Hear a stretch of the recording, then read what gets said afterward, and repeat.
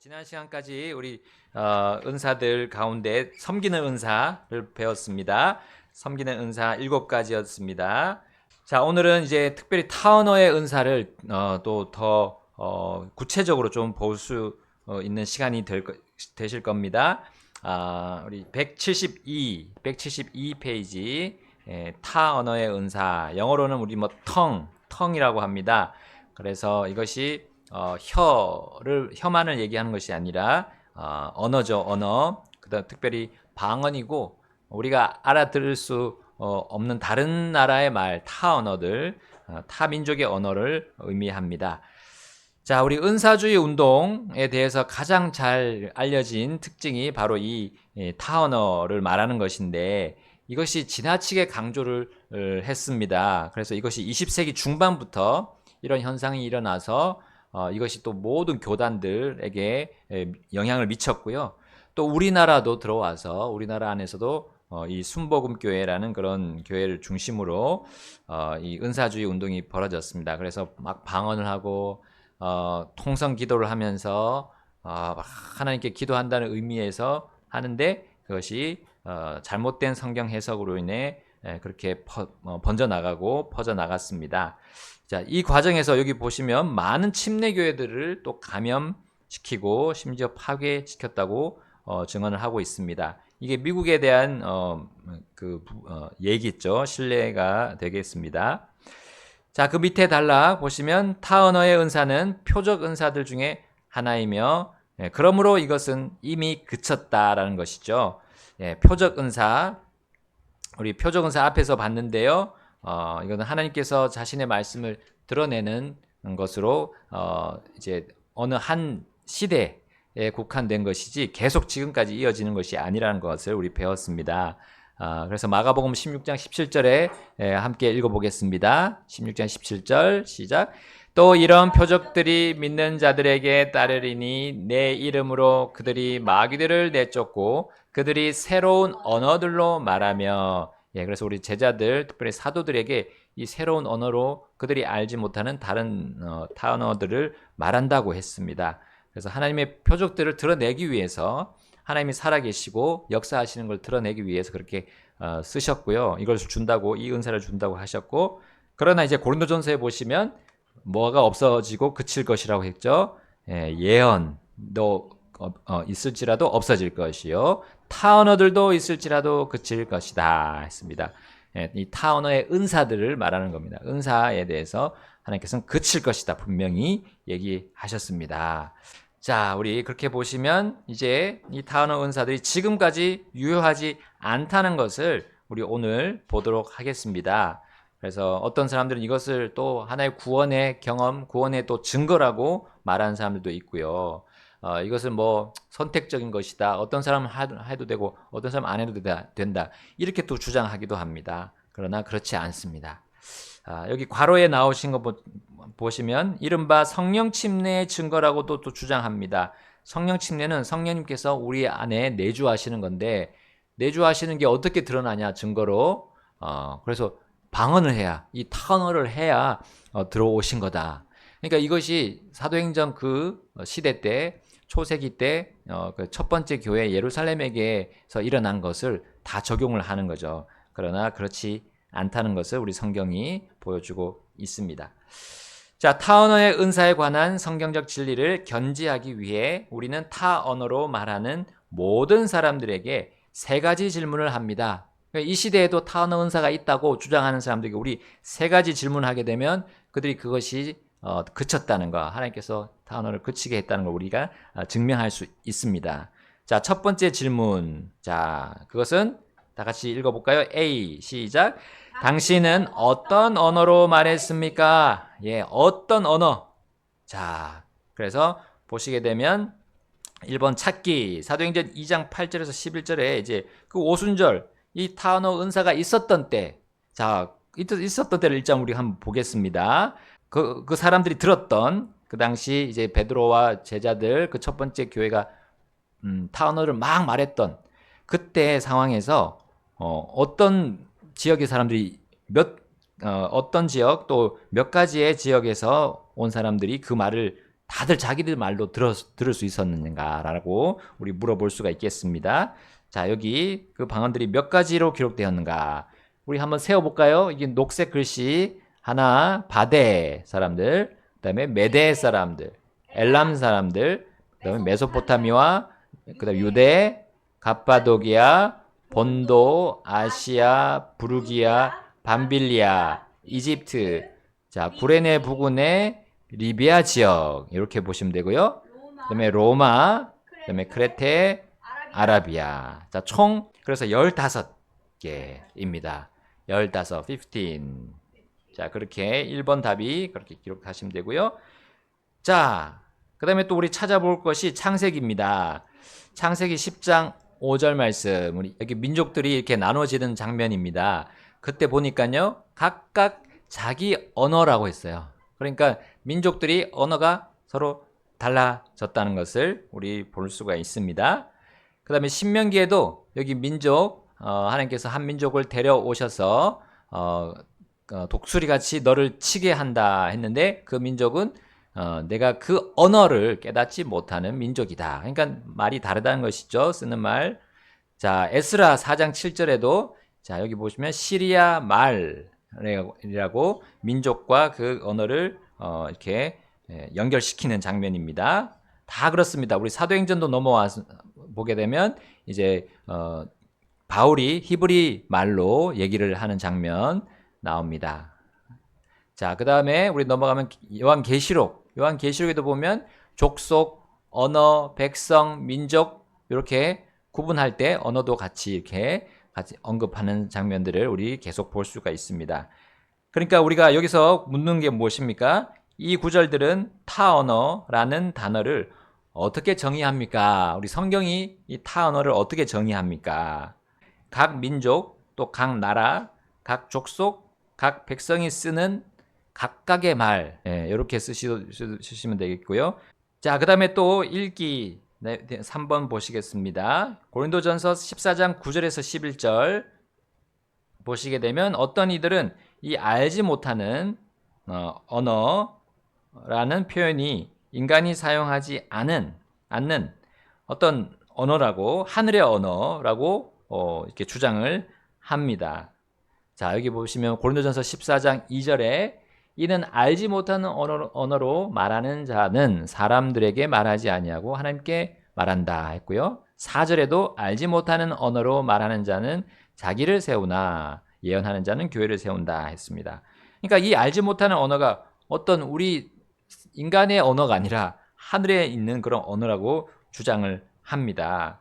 그런데 여기 14장 9절부터 11절 보시면 우리가 그것이 어떤 그 알지 못하는 언어가 어떤 것인지 특징을 세 가지 살펴볼 수가 있습니다. 자, A 보시면 쉬운 말이 아니다. 뭐 하기 쉬운 말이 아니다. 그래서 14장 9절에 이와 같이 너희가 혀로 이해하기 쉬운 말을 하지 아니하면 그 말한 것을 어찌 알겠느냐. 이는 너희가 허공에다 말할 것이기 때문이라. 자, 이해하기 쉬운 말이 아닌 거죠. 그러니까 말은 말인데 우리가 이 지상에 있는 말인데 이해하기 쉬운 말이 아니다는 거죠. 타 언어는. 자, 두 번째 10절에 또 11절에 나와 있습니다. 여기 11절만 돼 있는데 B 보시면 10절에 하고 11절 같이 나와 있습니다. 자, 우리 세상에 수많은 종류의 소리가 있을지라도 그것들 중에 의미 없는 소리는 하나도 없느니라 했어요. 그러니까 듣는 이들에게 아무런 의미가 없는 말이다 라고 우리 정의를 할 수가 있습니다. 11절 가면 또 여기 그러므로 만일 내가 그 소리의 의미를 알지 못하면 그 의미가 없는 말이고요. 자, 이제 C 이번에 보시면 말하는 자를 무엇같이 만드는 말이다. 말하는 자를 야만인 같이 만드는 말이다. 자, 이 알지 못하는 언어가 그와 같은 것이라고 여기 성경은 정의하고 있습니다. 자, 그래서 고린도전서 아까 14장 2절 4절에 의하면 자, 어떤 사람이 외국어로 바로 청중이 알지 못하는 언어로 말할 때 오직 하나님과 말하고 있는 당사자만이 그 말을 이해할 수 있다는 것이죠. 자, 고린도전서 아까 14장 2절 여기 보시면 알지 못하는 언어로 말하는 자는 사람들에게 말하지 아니하고 하나님께 말하기 때문이니 이는 영 안에서 그가 신비들을 말하지만 아무도 그의 말을 이해하지 못하기 때문이라. 자, 그래서 알지 못하는 말을 하는 사람은 자기만 이해하고 또 하나님과의 그런 아주 사적인 그런 관계 속에서 말하는 것이기 때문에 다른 사람들은 이해할 수 없다라는 거죠. 여기 우리 천사들의 언어가 고린도전서 13장 1절에 나오는데요. 자, 이것은 과장된 표현이다 했습니다. 그러니까 천사들이 어떤 사람들이 알아듣지 못할 말을 내려와서 하는 것이 아니다라는 거죠. 그들은 완벽하게 말하는 능력을 가지고 있다는 것을 의미합니다. 그러나 그럼에도 불구하고 사랑이 없으면 그 천사들의 말도 헛되다 했습니다.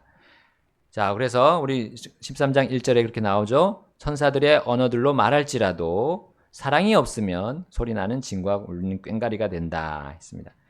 그러나 여기 고린도후서 10장 10절에 보면 이렇게 나와 있습니다. 이 바울에 대해서 말하는 건데 이 바울의 편지들은 무게가 있고 강력하지만 그가 몸으로 함께 있을 동안에는 약하고 그의 말도 형편이 없다라고 우리 사람들이 그 고린도 교회 사람들이 평가를 했어요.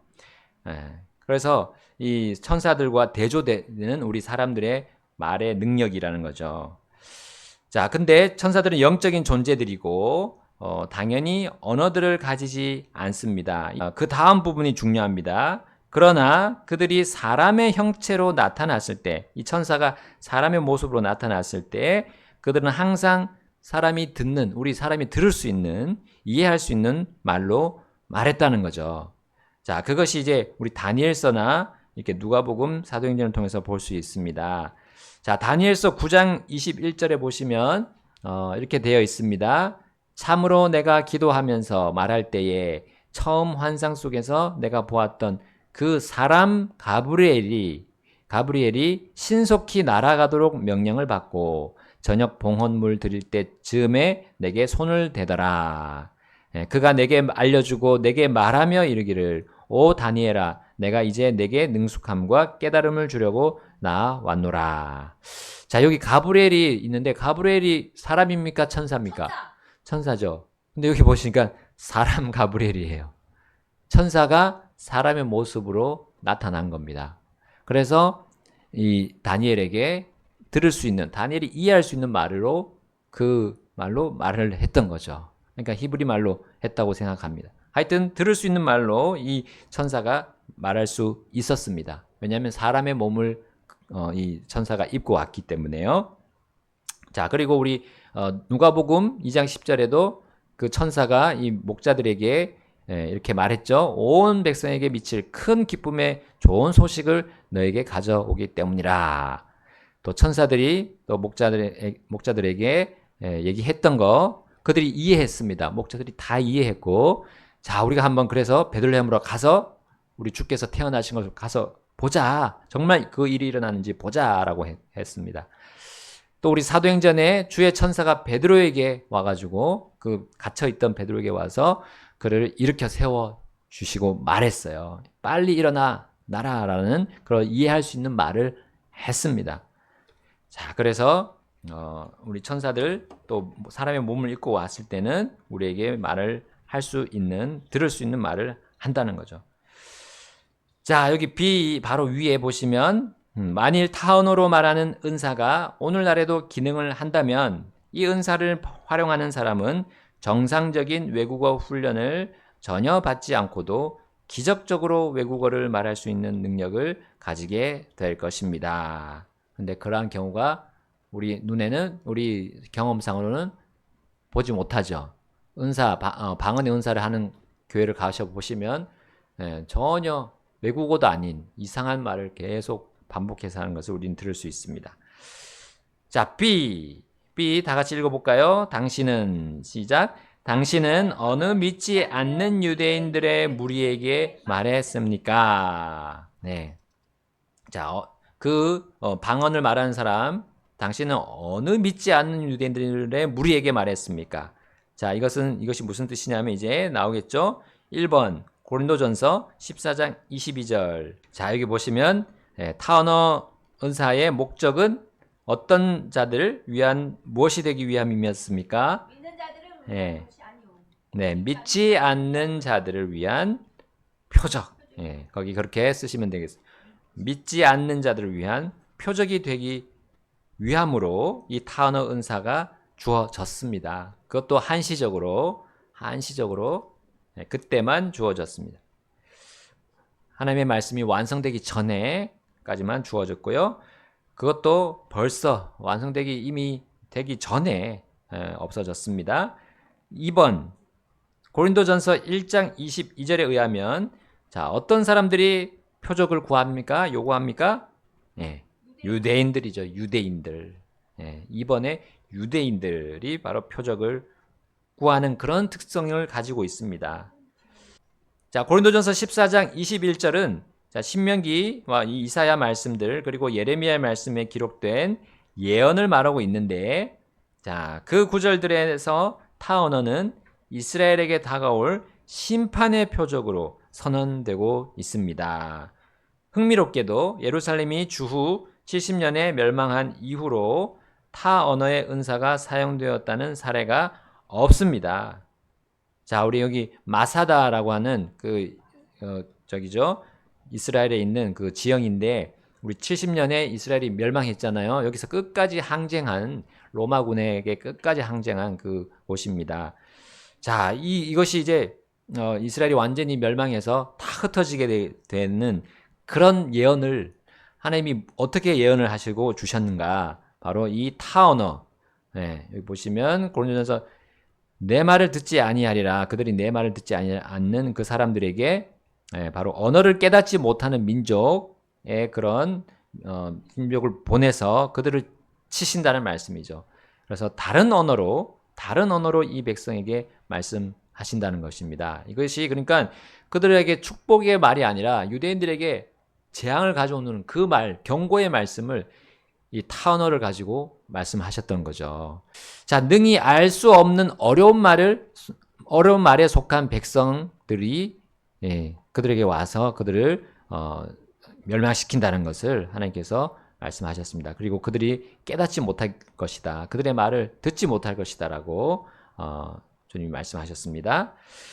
자, 참고 두 번째 타 언어로 말하는 일이 드러난 경우 드러난 이 세 경우에 대한 연구 결과 유대인들과 사도들이 항상 그 자리에 있었습니다. 사도행전 2장 1절에서 13절 보시면 믿지 않고 회개하지 않는 유대인들에게 그렇게 하나님께서 경고하셨고 또 사도행전 19장 6절에는 믿지 않는 유대인 교회 회원들에게도 그렇게 말씀하셨습니다. 그러니까 아직까지 성경이 완성되기 전까지는 이 유대인들에게 계속해서 하나님께서 이런 타 언어를 가지고 그들을 경고하시는 모습이었습니다. 믿지 않는 또 믿지 않으려는 그런 자들에게도 그렇게 하나님께서 대우를 하셨습니다. 그러니까 이 타 언어의 은사를 막 축복의 그런 통로라고 생각하면 안 된다는 거죠. 자, 세 번째 우리 넘어가셔서 174페이지 자, 다 같이 제목 읽어볼까요? 자, 시작. 당신은 타 언어로 말했을 때 성경적인 규칙을 따랐습니까? 네, 우리 고린도 전서에 보시면 이 타 언어를 어떻게 하라고까지 이렇게 규칙을 준 내용을 우리가 볼 수가 있는데 그대로 했느냐는 거예요. 정말 방언의 은사가 지금도 주어진다는 사람들이 정말 이렇게 이대로 하느냐는 겁니다. 자, 거기 첫 번째 많아야 몇 명만이 타 언어로 말할 수 있는가 이미 정해져 있었어요. 자, 14장 27절 고린도전서 몇 사람이요? 세 사람, 3명만이 타 언어로 말할 수 있습니다. 그 모인 자리에서 3사람만. 자, 그 다음 두 번째 또 3사람이 무엇대로 해야 됩니까? 순서대로 해야 됩니다. 자, 동시에 모두가 할 것이 아니라 차례대로 해야 된다는 것이죠. 근데 이대로 하지 않는다는 것입니다, 지금. 은사주의 교회에서 이대로 하지 않는다는 거죠. 그냥 통성으로 다 같이 그냥 막 정신없이 시장도 그런 시장은 없을 건데 이런 정신 혼란스럽게 하는 일들이 벌어지고 있습니다. 자, 세 번째 또 순서대로 하고 반드시 통역해야 합니다. 통역자가 있어야 돼요. 통역 없이 하잖아요. 방언하는 사람들 보면 통역 없어요. 그냥 니대로 내대로. 네 번째, 만일 통역하는 사람이 없으면 외국어로 말하는 사람들은 어떻게 해야 되죠? 28절에 잠잠해라. 통역하는 자가 없으면 잠잠하라. 잠잠해야 합니다. 자, 그리고 심지어 여자들도 잠잠해야 한다고 되어 있습니다. 보통 이 방언 은사는 여자들이 또 그렇게 하는 모양이에요. 여자들은 교회에서 잠잠하라 한 그 문맥적인 모습을 보시면 그들이 방언 한다고 막 얘기를 했던 겁니다. 자, 참고 고린도전서 14장 32절은 우리 그 교회 안에서 말씀을 전하는 사람들이 스스로 자기 자신들을 통제해야 함을 가르치고 있습니다. 성령님은 절대로 어떤 사람을 통제 불능의 상태로 만들고 어떤 황홀경으로 이끌어 가시지 않습니다. 자, 우리 14장 32절에 이렇게 나와 있습니다. 또 예언자들의 영들은 예언자들에게 지배를 받느니라 했습니다. 그러니까 예언자가 하나님의 말씀을 말할 때는 자신을 통제하고 말하는 거죠. 그냥 다 있는 그대로 나오는 대로 다 말하는 것이 아닙니다. 자, 실질적으로 성경은 타 언어로 말하는 일을 크게 강조하지 않습니다. 우리 앞에서도 여러 번 봤는데요. 은사들의 종류들에서 봤는데 항상 마지막에 타 언어 28절 여기 나온 것처럼 다양한 타 언어들에 대해서 마지막에 나오고 여기 29절이라기보다는 30절입니다. 30절 보시면 자, 거기 병고침 은사 가진 자, 그 다음에 타 언어로 말하는 자, 모두 통역하는 자이겠느냐. 그래서 29절부터 연결되는 30절까지 보면 마지막에 그 통역하는 것에 대해서 나옵니다. 그러니까 가장 마지막에 언급되는 이유가 뭐겠습니까? 금방 이제 곧 그칠 것을 말해주고 있습니다. 자, 세 번째. 자, 베드로, 야고보, 요한, 유다. 이 사람들이 다 성경을 기록한 기록자들인데 이들은 모두 타 언어로 그 오순절날 말했지만 자, 자신의 그 경험에 대해서는 서신에 아무 말도 하지 않고 있습니다. 자, 그러니까요, 이것이 타 언어가 강조할 것이 전혀 아니다라는 거죠. 자, 마지막 사도 바울의 예가 있습니다. 사도 바울은 외국어에 능통했습니다. 그래서 여기 고린도전서 14장 18절에 자신이 타 언어들을 어떤 다른 사람보다 더 많이 말할 수 있다라고 말할 정도로 그는 히브리어, 라틴어, 로마어, 그다음에 헬라어, 그리스어도 할 수 있었습니다. 자, 특별한 경우에만 그 언어들을 또한 그가 말했다는 것을 우리 볼 수가 있습니다. 그래서 로마 병사들에게 잡혀갔을 때 그리스 말을 하느냐, 그가 그렇게 말할 정도로 그런 여러 가지 외국어에 능통했습니다. 자, 그래서 오늘 타 언어의 은사에 대해서 봤습니다. 타 언어의 은사가 지금도 있다고 말하는 사람들의 그 향한 질문을 우리가 했고요. 그들은 그것이 어떤 정말 듣지 못하는 사람이 이해할 수 없는 그런 이 땅에 저 하늘에 이 땅의 말이 아니라 저 하늘의 말이라고 주장을 하지만 그렇지 않다. 이거는 다른 외국어고 우리가 그것을 배우게 되면 또 할 수 있는 그런 말이다.